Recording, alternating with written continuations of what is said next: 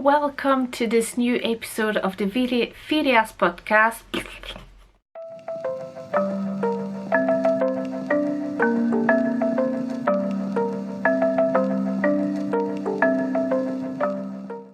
Hello, welcome to this new episode of the Phileas Podcast. My name is Sylvie and I'm a French expat living in York, in North Yorkshire, in the north of England. I am on various social media like Instagram mainly, and the handle Sylvie_Phileas Yarns, also Facebook, Twitter, Ravelry as Sylviephileasyarn Yarn, but that the S didn't fit. And I am the dyer behind Phileas Yarns.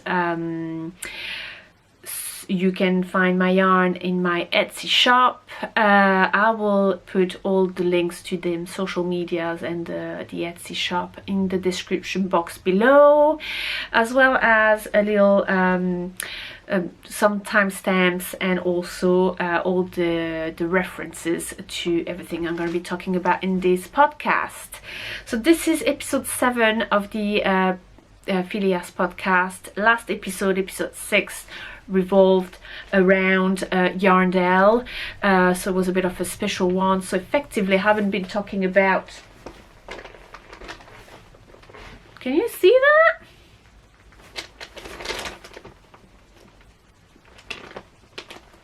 Obviously lacking attention, you know, that little cat there. No, yeah, well, she's gone. Anyway, cat interruption, apologies. So I was saying the last episode was about Yarndale, so effectively I haven't been talking about my own knitting, really, like my projects and finished objects and whips and everything for quite some time. So this episode is actually going to be mainly about fully about knitting, and covering pretty much all of October and the early November. We are now November 10th, Sunday it is, and it's getting a bit late. It's after 3:30. I can see the sun is pretty much gone, so hopefully I can manage to finish recording this before it actually gets dark and we can't see nothing in the camera anymore. So just full knitting. Yes, I haven't done any crochet since Yarndale, where I did work on my crochet project then, but not since. I have done a little bit of sewing, but I've made a skirt, but I think I'm gonna wait to have like some things to go with to present it to you as an outfit element. So yeah, going on to full knitting. And before I start, what am I wearing? I am wearing my Hayward sweater by Julie Hoover, which you've seen in several episodes, and when I finished it, the neckline was not so great. So look, I've mended it. Yay! This podcast is making me very serious about my knitting, and if I say on the camera that something's not quite right, I feel kind of obliged that I have to fix it, because, you know, otherwise I'm you know, you're gonna think I'm just a lousy person or something.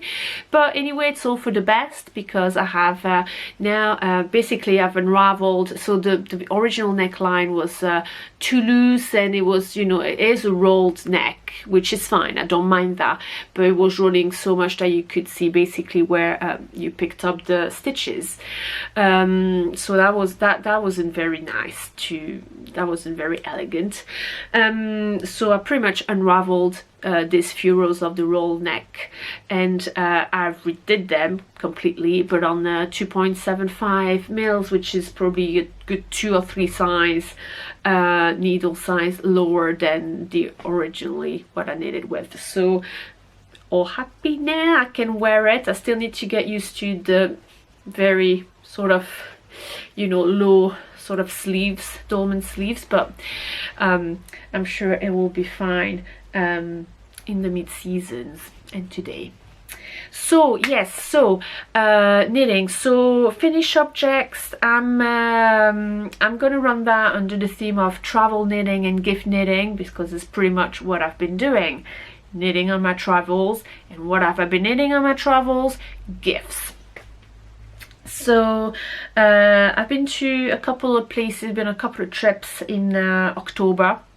So I'm gonna start the next section with a little clip actually of my first holiday, which was in Barcelona, and just a few video postcards of Barcelona, and then I'll talk to you again just after that.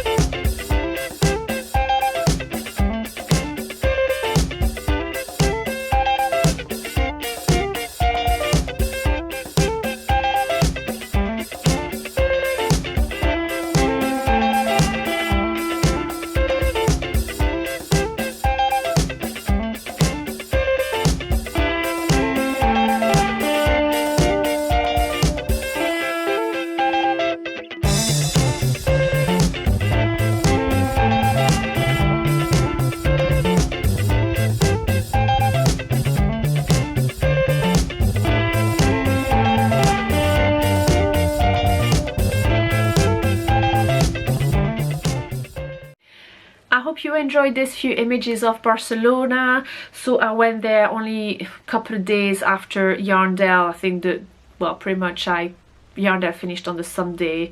I unpacked the car and took the car back, and you know, did a bit of admin and reopened the shop on the Monday, and I was flying to Barcelona on the Tuesday.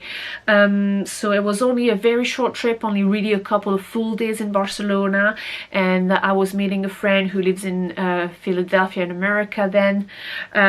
So it was really a quick weekend in the middle of the week, sort of catch up with my friend and just doing you know, sightseeing and all that. So it was very quick. I didn't look into getting to yarn shops or fabric shops or haberdasheries and things like that. I didn't, you know, it wasn't the focus on this. So, but a funny story, so yeah, I didn't even look, you know how on Ravelry you can look at, you know, yarn shops in where you're going and this kind of things, which I did when I went to Berlin, but I didn't bother to do that here. However, funny story, I was knitting some socks, which I will show you very shortly, on the flights to Barcelona and back. But on the flight to Barcelona with this low-cost company that is mainly Orange, the head purser, the head cabin crew, spotted me knitting and started to chat about knitting, about me, like I was knitting socks and she doesn't do socks and she only does sweaters and shawls and scarves, and we started chatting up about knitting, and she gave me tips of where I, you know, if I were to go to a yarn shop in Barcelona, where it was, what it was called, I can't remember. I have it written down somewhere in my travel notes, I am sure, but yeah, and she even told me when the knit night was at that shop, and I thought it was quite hilarious. I didn't even need to look in Ravelry. The cabin crew was telling me everything I needed to know about my you know, knitting requirements, my knitting needs, where I could fulfill my knitting needs in Barcelona if I ever needed to, which was, it was very nice. So some people do wonder if you can, you know, take your knitting on your travels by plane and things like that. I always do, and to be honest, in occasions like that, it is pretty fun. It's pretty, you know, makes a good conversation with people. That's really fun. So anyway, like I said, I pretty much only knitted on the flights and the transport to and from Barcelona. When I was in Barcelona, I was mainly sightseeing or catching up with my friends. The few sort of down moments where I could get a bit creative, I chose to actually be creative on my travel journal rather than picking up my knitting needles. That was a choice, but to be honest, it was only a couple of days, so there's no big deal. So yeah, Barcelona was just a quick weekend of proper sightseeing. Then came back from Barcelona, and about a week, 10 days later, I went home to the south of France, to the southeast of France, and I spent a week there at home with my family, then my mom a little bit, and then my dad a little bit, and the weather was a bit meh. So there was a lot of staying at home and you know, by the fireplace, and drinking tea and eating biscuits, and knitting a lot in front of the telly with mom, and also on top of the at-home knitting, I also made the entire journey there and back, so from York across the Channel, down France, and a little bit off as well to the couple of hours from Marseille again to get to my final destination. Everything on the train. That is a long train journey. That makes a lot of knitting time. So yeah, so I did a lot of knitting then, and I thought, to get, usually when I've got like this sort of enforced knitting time, if you know what I mean. It's not really forced because I could do other things than knitting, but you know, when I'm kind of like away from home, when, you know, I don't have so much temptation to pick such and such project, this is where I usually gonna get cracking on things I need to knit for other people, because I need to get cracking on. And I was like, oh, but yeah, but that fair ass sweater for myself, I think I want to work on that. None of that. So I did a lot of travel knitting, of gift knitting on my travel. So to start with, I'm gonna come back to them socks I was telling you about, which I knitted to and from Barcelona. These socks I do not have anymore. They were gifted there. They were socks for my my mom's husband, Paul. And I had bought the yarn in Berlin, and I did show it to you in episode 3 or 4. I can't quite remember which one it was. I have knitted some Dave by Rachel Coopy of the Coop Knit Socks Volume 2. So they're just basic vanilla socks, really, just simple as. And the yarn was the Opal Cotton Premium, which is a blend of 38% wool, 32% polyamide, and 30% cotton. So I gifted them, but I didn't manage to get a quick video picture of the socks before I gifted them, so I'm just, as I keep talking, I'll just put that there over my talking. I did a size medium, and for whatever reason I realized after I turned the heel of the first sock, so that was after I came back from Barcelona, when I was packing to go to France, I realized I needed this socks, starting knitting this on 2.25 mil needles, where I usually knit my socks on a 2.5. So I wasn't too sure, you know, where I was going with that, because obviously I did a size medium, which is a size bigger than socks for myself, but I did them on the needle size lower than I would do socks for myself. So what I decided is like to stop where I was, which was after the gusset decreases. I was just about to get cracking on the foot because I needed them top down. And I thought, I'm going to take it from here and I'm going to ask Paul to try that sock on, see at least if he can, you know, pass the sock on, and you know, if I need to unravel because the heel is too tight and things like that, and the gusset was too tight. Turned out it was absolutely fine. So I just cracked on and finished the socks pretty much, I think, on the morning before I was taking the train from my mom's to my dad's. So I was very but that was pretty easy. However, I've got to say, the fact between the fact that it was smaller needles, and you can tell even if it's just this 0.25 thinner, you know, it's not much, but between that and the fact that it's cotton in this wool, I found it a little bit harder going than we usually, you know, find vanilla socks, but got there eventually, and we've got a happy mom's husband, happy Paul.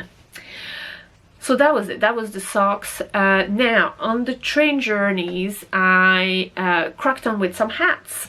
So if you have seen the episode about Yarndale, you would see I bought like quite a lot of yarn that I'm thinking about gift knitting. I was already talking about gift knitting and about going to Canada for the New Year and knitting gifts for my friends there. Well, my friend and her partner and their child, and possibly the mother-in-law. You know, so I had bought this, where are we? Skein of Giddy Aunt yarns. Here we are. In the sandstone colorway, which is a Surrey alpaca and silk yarn. There we are. To go with this,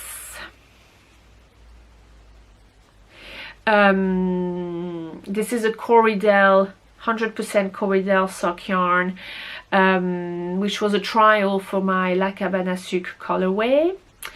And yeah, so I put this to kind of tone down this color. And so yeah, so I made an iris hat by Sari Nordlund. And it's basically a 1x1 rib hat that has a double fold. I'm just going to try to get the light on. Is that any better? Oh my goodness me, it's horrible. It is horrible. We'll see. Oh, that is much better. I mean, I feel like you can see on the camera. I'm not sure I can see much for any longer. Much longer. We'll see. So yeah, so this hat is a 1x1 rib hat with a double fold. It is knitted from the crown to the brim, and basically before I left for France I knitted all the increasing, so all I had to pick up from when I was traveling was just a 1x1 rib in the round for 30 something centimeters or something like that. So I didn't finish it on the train. I did finish it when I was at home. I was alternating between the socks and this hat. But yeah, so that was nice, and there we are. This is the hat, and I think it is nice, and I like the color rendition. You know, this toning down this copper yarn with the gray, the pinky gray one. I think it's nice. So I've got the little butterfly clips in my head, so that's not obviously very pretty to show on the camera, but this is nice. What I would say though, this pattern is recommends merino single and a mohair lace weight yarn. Because I use this sock yarn, I find the twist of the yarn is showing quite a lot, even with the double strand. I don't know if you'll be able to see, but I find, you know, I like to redo this pattern and for myself possibly, but using the recommended sort of yarn types. Yeah, I feel like I can see the twist where the main color is coming through, and you know, it's a weird texture. It's a bit of funny texture, I've got to say. What I did with this hat is that I did one more round of the repeats, so that I can get a bit of a larger hat, because I know my friend, she's not very a hat person, so she doesn't like a beanie, a fitted beanie, so she like pretty much slouchy. So I thought, yeah, giving it one more repeat would be nice, and to be honest, on the 1x1 it's not too bad. I didn't block the hat, and tend not to block hats when I gift them, because I want to make sure they actually fit before seeing if they need to be a bit, you know, blocked, to widen them and you know, ease them a little bit more. So yeah, I'm pretty chuffed with that. I'm quite happy by the results. I hope she's gonna like it. This pattern cost about £5 on Ravelry. The yarn I bought in Yarndale for £19. When I say the yarn, I bought the Gideon yarn. The Corridel was sample that was given by the mill that produced that, so that was free. Thank you. So there we are. Oh yeah, I should say also the needle size is 3.25. So it's actually, it looks a bit daunting, and this is why I took it on the train, because I thought, God, 1x1 rib on 3.25. God. But it turns out, you know, on the train we listened to some music or watching a couple of podcasts on my phone as well. That went actually really quick. So yeah, but I think if I was knitting at home, I'll be struggling, and I'll be tempted to pick up other things. You know, my brain space will be in another place. So yeah, that was good travel knitting, definitely. So that was on the way to France and a little bit in France, and then coming back, well, I had to cast on another hat. So I took some yarn to make a hat for Leo, which is my friend Caro's boyfriend, partner even. So a hat for her, a hat for him, and I have done the Windchief hat by Stephen West using some Rusty Ferret Peepo double knit, which is 100% superwash Polworth yarn, which I had bought in the Perth Festival of Yarn last year. The colorway is Quarantine. So I think I had just cast on and maybe knitted 2 rows of the brim before I got on the train for my return journey, and I finished it. I was about halfway through London and York. So yeah, that was very efficient. So this is it. This is the hat, and as you can see, it's mostly stockinette, but then it's got this sort of rib panel that kind of goes sideways. which is really fun. It's actually a very simple pattern, very quick to knit, and all this sort of slanting ribbing section is done by a play of decrease and increase on either side of this panel. So that's really fun, and I like as well the crown, you know, keeps carrying on that. I thought that was really cool. So I'm really pleased with that. I think it makes a nice bloke's hat. I did a size large, and again, I wasn't too sure, you know, I'd rather do a slouchier hat for somebody that I'm not too sure how they wear the hat. So I added 1 centimeter to the brim, and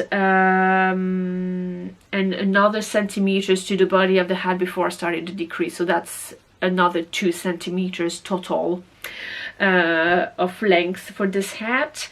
But to be honest, I think it's pretty cool. It's pretty nice. Needle size is 4 millimeters for the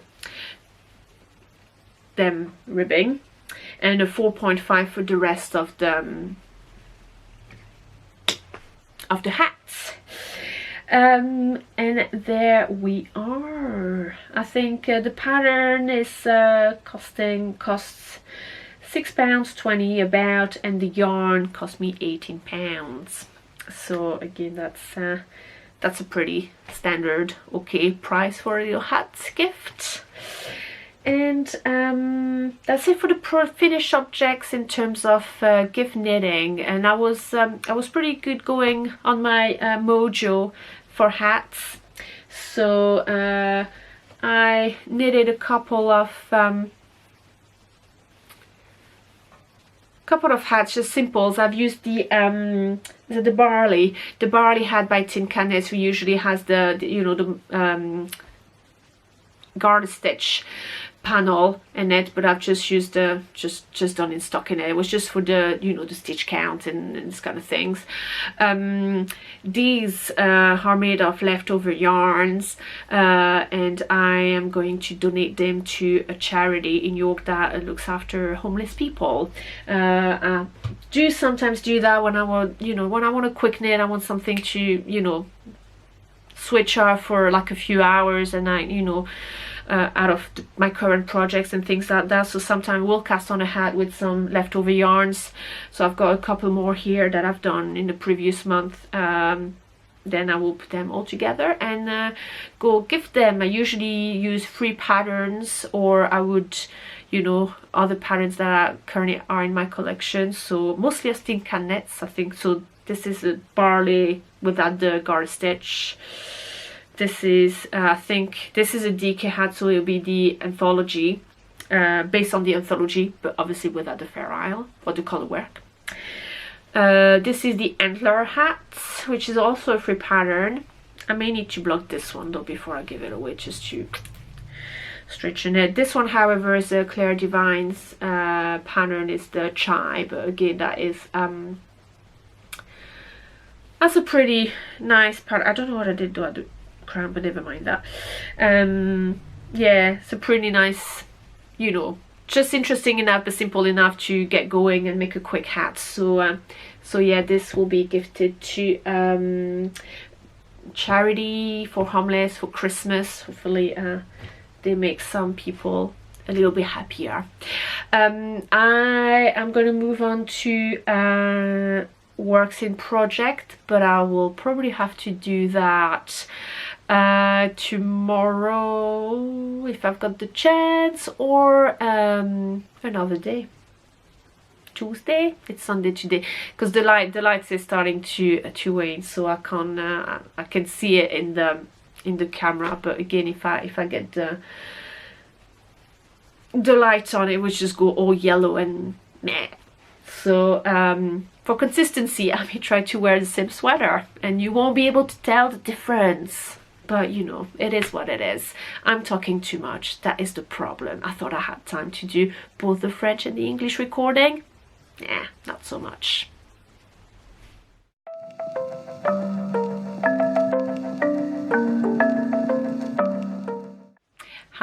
again, and welcome to this section of works in progress, which I am, as I said just before, well, at least in this video, but just before a couple of days ago. I'm recording this a couple of days after the first bit because it was just getting too dark. So we are now Tuesday afternoon, so I'll try to be quick so that the weather is not so great, but at least I've got a little bit of light. It's not so bad. So here we go. So works in progress, and I'll carry on my theme of travel knitting, because obviously I took this pair of sock and the 2 hats to knit, but I also took a shawl that I started and I needed to work on for my mom. I am knitting the Fika shawl by Carrie Westerman. Is it gonna do it? It's not wanting to. Oh my god, there we are, we can read things. The Fika shawl, I had made myself one already, which I can show you so that you can see the actual shawl itself. I've made myself one, and I've offered my mom to make her a new shawl. So this is my Fika. To make her a new shawl, and looking at some patterns on Ravelry, she actually saw, well, my project page for this one, and she's like, oh, I like this one. So we settled on this.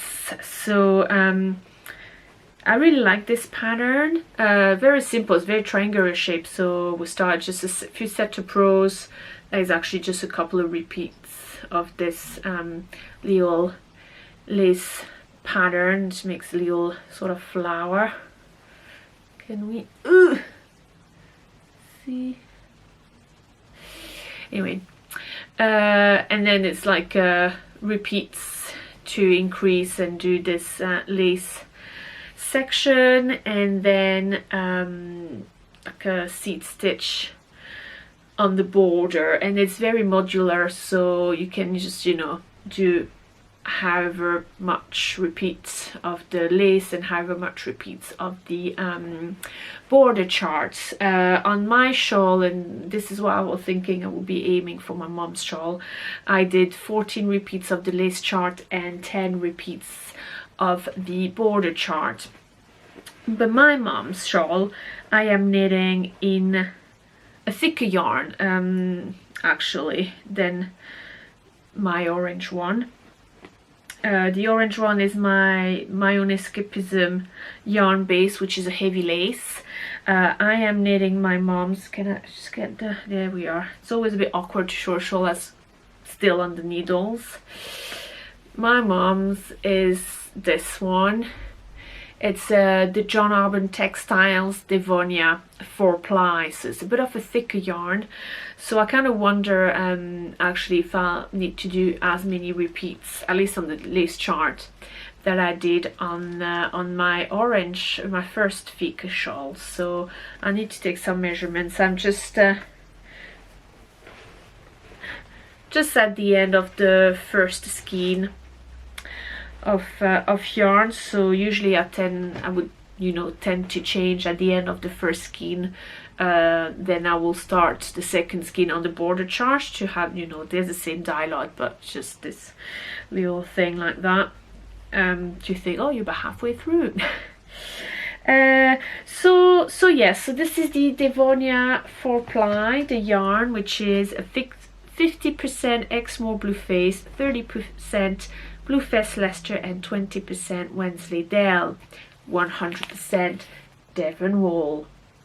The colorway is Sandbar, and I bought this at the Edinburgh Yarn Festival this year, 2019.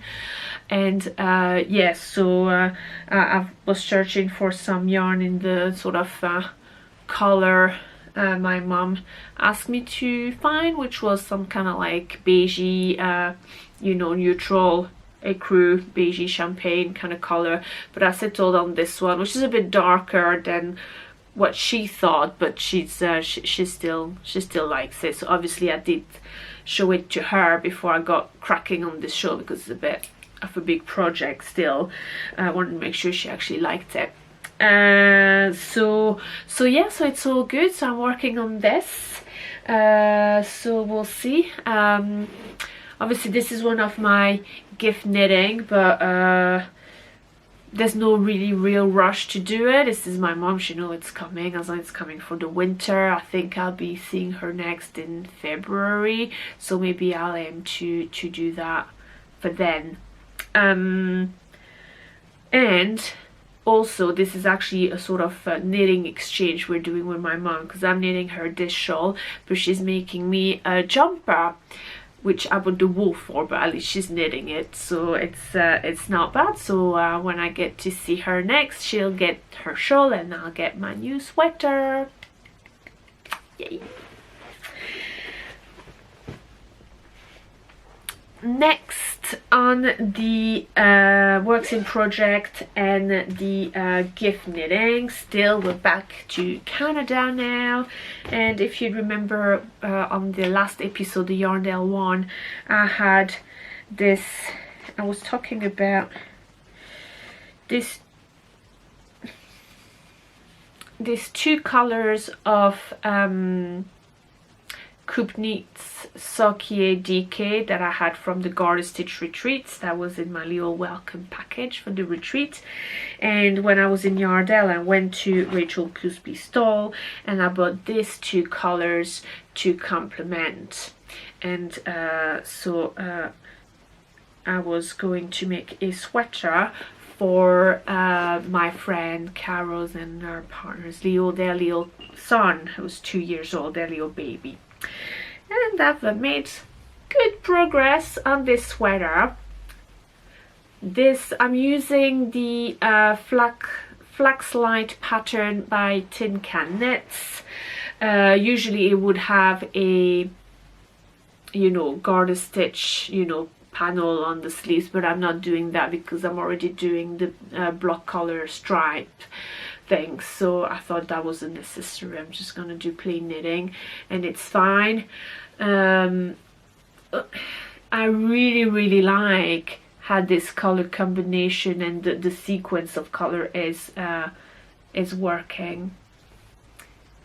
I absolutely love it. So yeah, so I finished the body. I just need to do the sleeves, which I will I've put that little marker actually on the front, well, on the body, where, you know, this is actually the round where the sleeve separation is, so when I pick up the stitches and start the sleeves, I would know how many rows I've got for still on the grey before it goes to the dark green and things like that. So so that should be pretty easy and pretty quickly finished as well, so this is good. And after that I think I may just have a gift for well, Leo's mom, my friend's mother-in-law, really, they're not married but never mind, who might be actually coming for New Year as well, visit her son and her daughter-in-law and her grandson. So I don't know this person, but she'll get something as well if she's there, you know.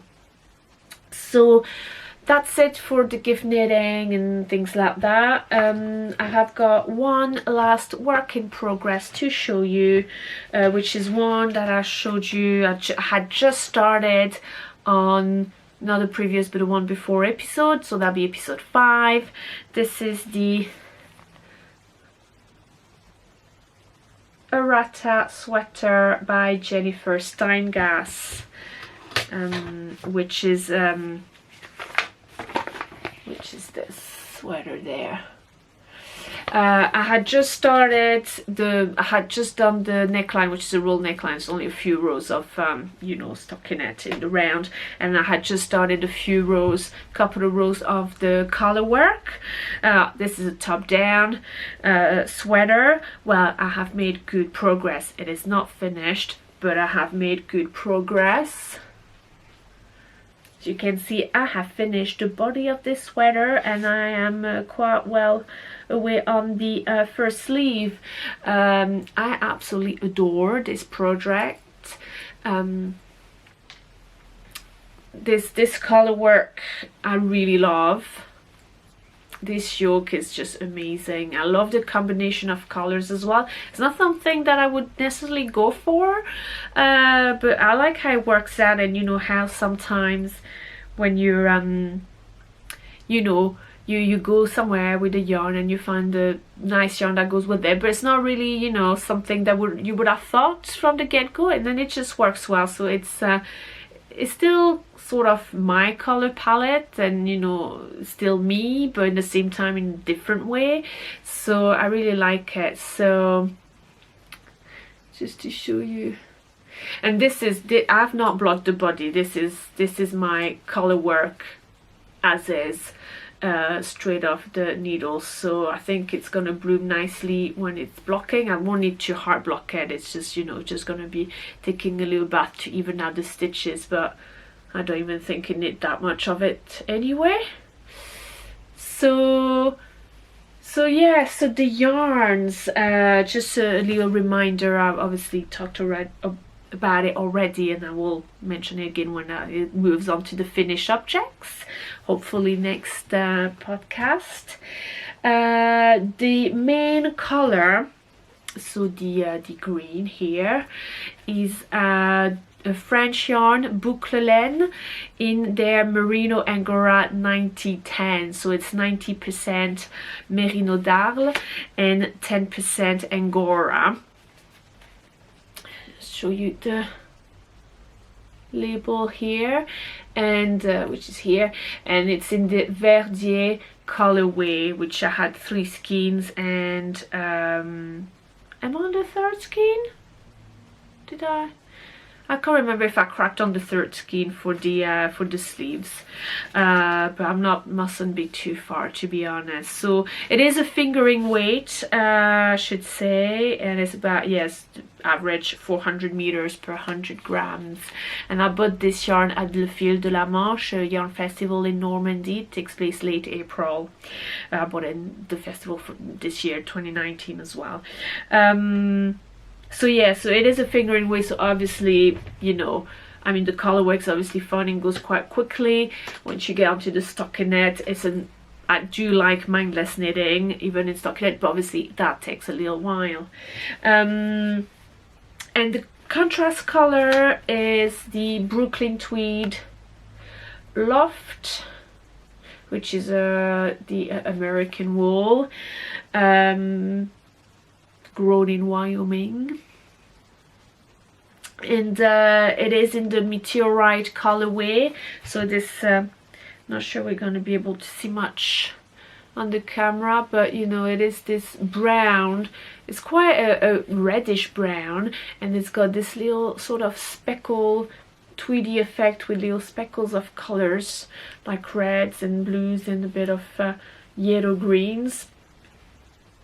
That it's really fun, and I got this yarn from my friend Lee of the Luli Podcast, when she distashed some of her stock, you know, some of her stash, and some occasion where we were gathering for knitting at the pub somewhere, York probably, but yeah, so I got that for $5, and I actually only used less than a skein, a 50-gram skein for this yoke. So yeah, I'll be looking forward to make something out of the 2 other skeins that I've got of the Brooklyn Tweed Loft, which I really like knitting with. Some people don't really like it. I did enjoy it, to be honest. So you know, I'm not very tight on my knitting, particularly in color work either. So I didn't, you know, a lot of people say the yarn is quite brittle.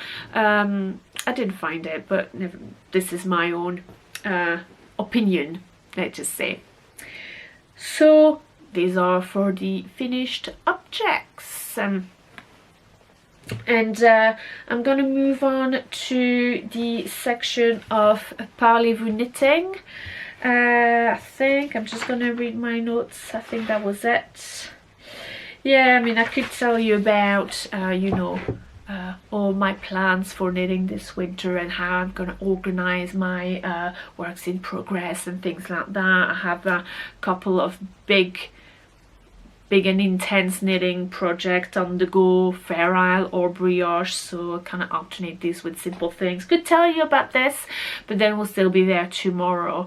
So I will talk about it as I actually get to be knitting and present you these works in progress as they come.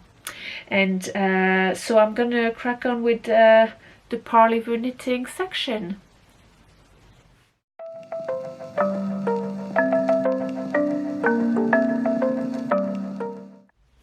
Welcome to this Parlez-Vous Knitting section. So a couple of episodes ago, episode 5, I did talk about sock knitting, and I can't remember how much I talk about on this episode, the actual English version, because then on the French version of this podcast I did quite, a lot of sort of vocabulary and terminology of the sock knitting terms in knitting, and translate them in French, just in case French people are trying to knit from an English pattern, which that might make it easier.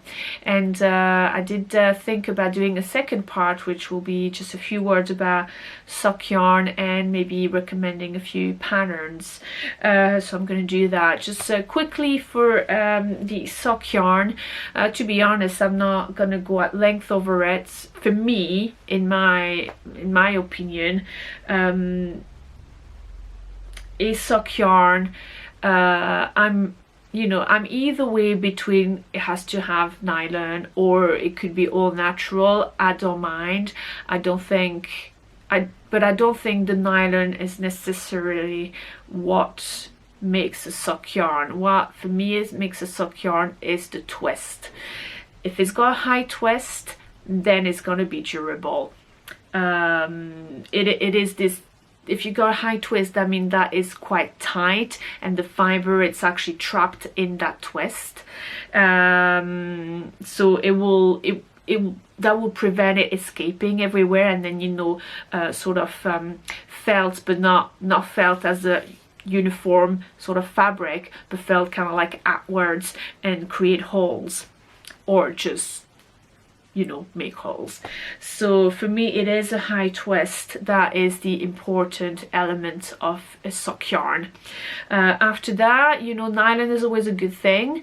Gives a little bit of an extra sort of element of durability, especially I find for like yarns that would not be a long staple yarn, like a merino or anything that would have a little bit of silk or a little bit of cashmere, this kind of luxury. You need maybe the nylon to keep it together a little bit more on top of the high twist. If you go for a non-nylon 100% wool sock yarn, there are some 100% merino socks, and I think I have one somewhere. Sorry, this is my sock yarn stash. Hello, it's a lot. And the one I was after was this one. This is Ching fiber, which I bought at Perth Festival last year. Yeah, you can see it's 100% merino, and it's got like a really good twist. So I expect it will be a decent sock yarn. I don't think it'll be the most durable because it's still merino.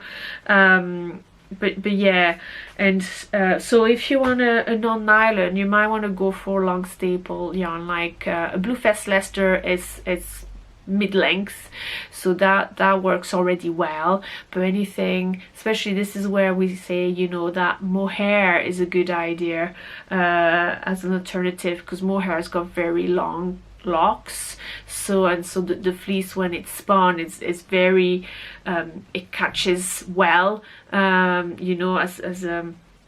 it will make something that's really solid as when it's spun. So that again, when it's then twisted, plied and tightly, it will that will make a very nice durable sock I think. But even if it wasn't very well, you know, when it's plied, it's not very tightly plied because of the mohair. If it's non-superwash, then it would felt, but it would probably felt in a sort of like thick fabric rather than, you know, going a little bit everywhere. So I've got this.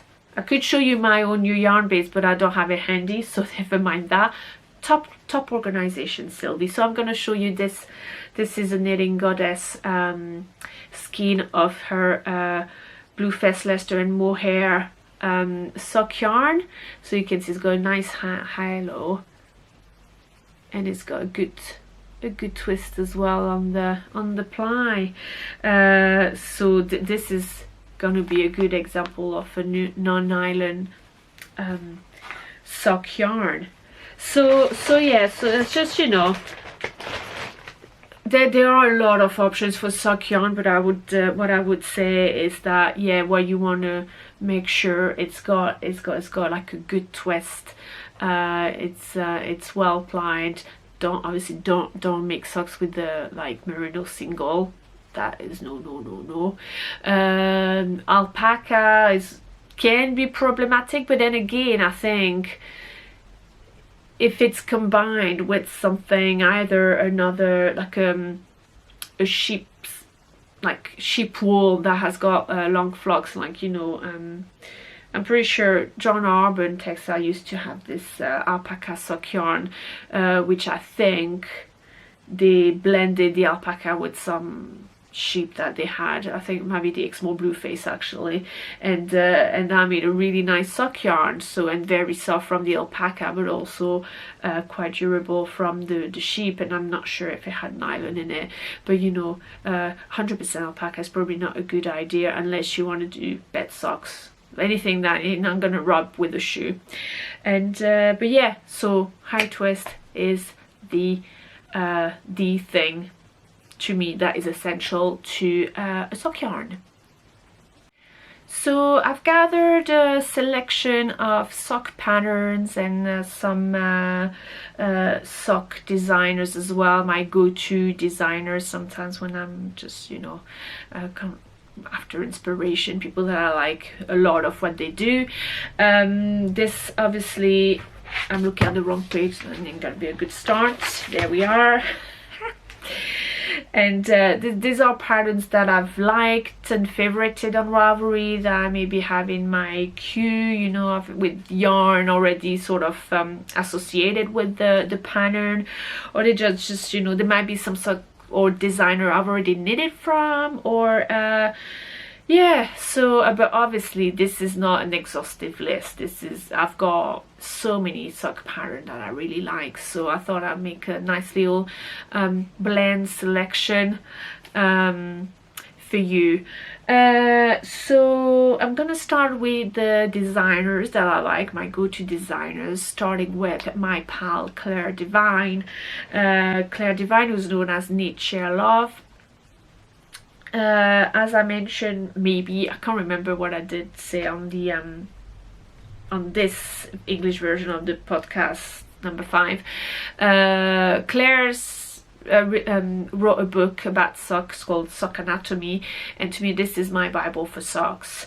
Everybody's got their basic pattern and their you know, sort of yeah, sort of little Bible of where, you know, about heel techniques and things like that. Mine is Sock Anatomy, but also all of our other patterns. Claire's done a lot of partnership with the Knitting Goddess for clubs, but now you can find the patterns on Claire's website or Ravelry page. So yeah, there are loads of sock patterns for Claire. She's not been designing loads lately, but there's a lot to look back into. What I really like about Claire's is that usually it's very simple. It's got this element, it's got like little cable, a little lace, and it looks very fancy, but usually it's quite straightforward. And also quite like how usually the size of the leg of the socks, it's quite short, and usually it fits just nicely for my low ankle boots. So I don't even have to measure or anything. I know it's gonna be the right size. If it looks like a short leg, I know it's gonna fit in my boots, in my favorite boots. So this is always a bonus. Also, Rachel Coopy is another designer, UK based, that I really like. I've knitted some of her patterns, and I've got some more that I really like. Obviously, the Dave socks pattern is my my basic sock, my vanilla sock recipe. I've used Rachel's Dave sock pattern for that quite a lot, for anything. And yeah, there are a lot of things also. I do really like how some of her sock pattern can be a bit more challenging. You know, it's got a lot of cables, and you know, they don't necessarily mirror each other. There's a lot of very interesting and very crazy ideas in her patterns, which I really like. So it's, yeah, so sometimes I do like some of them more complicated sock patterns, to have a break from the basic and mindless vanilla sock. Blah, blah, blah. Also, I like to look at Cookie A's pattern. Cookie A is an American designer. She hasn't been designing for quite some time now, but like back in a few years ago, she was the sock designer. There's so many in our Ravelry page to choose from. There are hundreds of sock patterns, some very basic, some free ones, some absolutely crazy, loads of textures, or you know, lace and sort of patterns. It's yeah, it's any sort of socks. Yeah, if you're looking for a challenge and something that's completely out there, yeah, she might be the one you might want to look into. And the last designer I want to talk about is one I've talked about already, because I had somebody I just discovered recently, and that is Yuka. So I've done the wow socks, which I presented to you a couple of episodes ago, yeah, I've got most of her sock patterns I pretty much favorited. Some of them I bought as the bundle she was offering, and she's follow her on Instagram now, and there's some of her forthcoming patterns are looking absolutely amazing too. So yeah, I recommend for you to check her out, because there's a lot of fun things going on there. Seems quite, you know, just a simple idea, but it just goes quite a long way on the way it looks on the socks, so that's quite nice. In the single patterns, I just want to talk about a couple of free patterns, you know, because I appreciate not everybody, you know, especially if you're starting in the sock knitting things, you might not want to spend a lot of money on the sock pattern. So I want to talk about the one that nobody presents anymore, but I'm still gonna do it, the Hermione Everyday Socks by Erika Lauder. It's very simple. It's just it's pretty much a vanilla sock, but just with this little a few you know, pearl stitches that makes here and there, that makes the little texture on the body of the socks. So it is pretty much everybody's done this pair of sock, myself included. Also, the Kia socks by Dawn Henderson is a nice little pattern. This sort of like checkered design pattern, you know, with the, again, it's very simple. It's only knit and pearls arranged in a way that it makes a checkered effect. So it's quite nice to and you know, it's a nice little sock pattern if you're starting on socks but you don't want to do like a plain vanilla sock. It's quite efficient for anything that might be, you know, solid or semi-solid.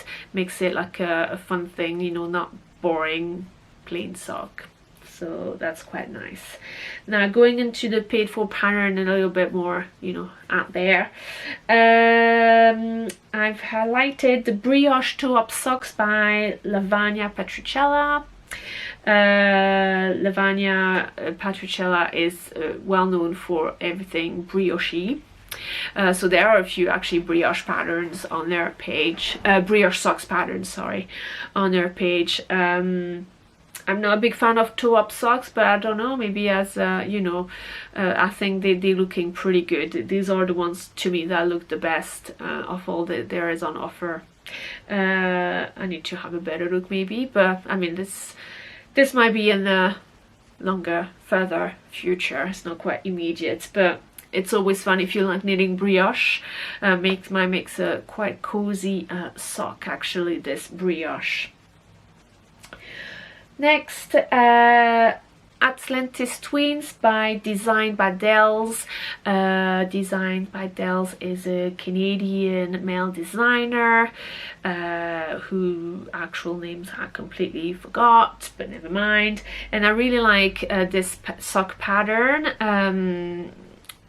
It looks like it's, you know, the front of the sock is obviously on the reverse stockinette, but it's actually you knitting on the normal stockinette, and then, you know, so that, but then you knit in the way that you're actually going to wear it inside out to reveal the actual little pattern and the little lines and little tridents on the, you know, the cuff and things like that. So I think it's a very clever little design. I'll be looking forward to knit this pair of sock quite sometime soon, I think. I really like it. I wanted to talk about the Pebble and Pathway socks by Marceline Smith. This is quite nice also, like it's pretty simple yet effective. It reminds me of the Rhyolite pattern by Tinka Nets, which I haven't talked about. It's a free pattern as well, but I think this is the other one that everybody knows. The Rhyolites will have, you know, this garter stitch pattern at the front. The Pebble and Pathways is quite similar in the way that it has the garter stitch pattern at the front. It is not the only pattern, sock pattern with the Rhyolite that has a garter stitch panel at the front running down the foot, obviously. And this Pebble Pathway also have this, so it has this garter stitch, but it's like framed by lines of cable, which I think I like. I do like cables, so this is quite nice. Into the Woods by Melanie Hoffman, French designer, Bee Mandarins. She's known as on the social media. It's a rather new pattern. I think it might be a month or two old. Really, it's not that old at all. And I really like this little stitch details. Again, it's something very simple and, you know, a tiny little detail, but it makes a nice ensemble, and it makes a nice little pair of socks. I quite like it. It was a nice little discovery. She has other sock patterns, but that one was my favorite, and the one that would be on the top of my list from her designs. And lastly, I wanted to mention Skin Deer Nets and her crazy Norwegian Fair Isle sock patterns, and Norwegian Fair Isle everything, but in this context here, talk about socks. And my favorites, I think, of them patterns are the Selbu socks. Very classical Norwegian color work design. It just looks amazing. I have not yet tried to knit a color work sock, but yeah, it's kind of, you know, this might be the one I'm actually trying to gauge. This is, yeah, because I feel like, you know, with this double thickness of the color work, and, you know, the fact that, I don't know, I have to try it. Maybe with this pattern that will be the thing, but I really like the way it looks. So so I thought I'll put it on there. So it gives you a nice little panel of different sort of techniques. You got cables, you got brioche, you got colorware, you got everything in this little selection. So I hope that it will inspire you a little. You there are a couple of patterns that you may have discovered, or some of them you agree with me. It's like, yeah, I love that pattern too. This kind of things. Let me know what you think, and that will close the subject of socks. And on these good words, I'm gonna leave you to your knitting and hibernating, maybe. Hibernating? New word? So I don't think I mentioned it in the start of this episode, but thank you if you're watching me and you've made it that far in this episode, and thank you if you're a returning viewer. Please feel free to leave me a comment, leave me a little thumbs up. It's always nice to see those. If you want to make sure you catch the next episode, do subscribe, and you can also click on the little bell next to the subscribe. That will give you a notification when the next episode is happening.